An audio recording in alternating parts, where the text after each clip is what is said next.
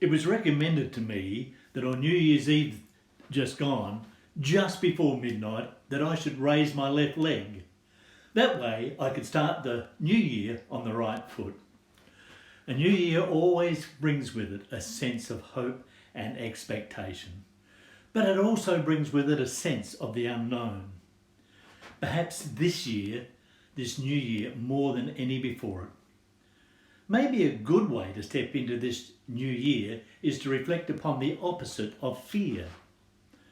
That is, faith. Life is not always like the old proverbial armchair ride that some would portray. Well, not in my experience at least. We all encounter storms in life, and if I can say this, that is what keeps us humble and grounded. Let me read to you from Mark's Gospel, chapter 4, beginning at verse 35. As evening came, Jesus said to his disciples, "Let's cross over to the other side of the lake." So they took Jesus in the boat and they started out, leaving the crowds behind, although other boats followed them. But soon a fierce storm came up. High waves were breaking into the boat, and it began to fill with water. Jesus was sleeping in the back of the boat with his head on a cushion. The disciples woke him up shouting, "Teacher, don't you care that we're going to drown?" When Jesus woke, he rebuked the wind and he said to the waves, "Silence, be still." Suddenly the wind stopped and there was a great calm. Then he asked them, "Why are you afraid? Do you still have no faith?" The disciples were absolutely terrified. "Who is this man?" they asked each other. "Even the wind and the waves obey him." Now, what can we take out of this as our perhaps take-home thought from this passage?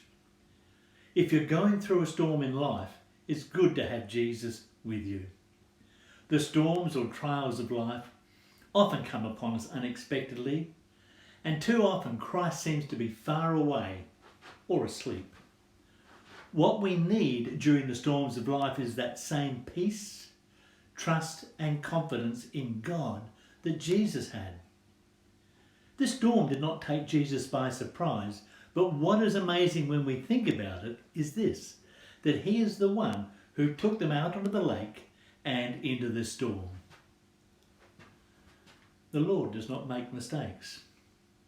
He didn't wait and say, "Oh my, what a mess. Whatever are we going to do? We should never have come this way, particularly at this time. We got it all wrong." No, he simply spoke to the storm and the wind and the waves settled down. We don't always know why storms are happening in life. We just know that storms are there, that they come upon us. The disciples were not only in a storm, but they did not understand why Jesus was asleep. Do you sometimes feel as though Jesus is asleep? That he's not listening? We can't get his attention. We cry out, we yell, we claim. We become bold, but we still hear nothing. Maybe it's not that he is asleep, but he may be asleep in us, if you get my drift. As he was with the disciples, so he is with us. Jesus woke up and he spoke to the wind and to the waves. The power to calm the storm had always been in the boat. It was trusting in him. That is the key.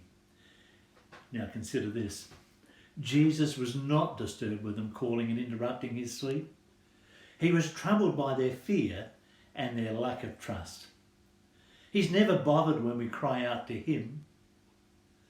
The disciples were amazed at the outcome. They well knew the potential of that storm and its destructive forces. Often it's the storms in life that help us see how awesome and how powerful our God really is. So my hope for you in 22 is that you remember that you are not alone and that you can call upon the name of the Lord Jesus Christ. Have a very blessed week.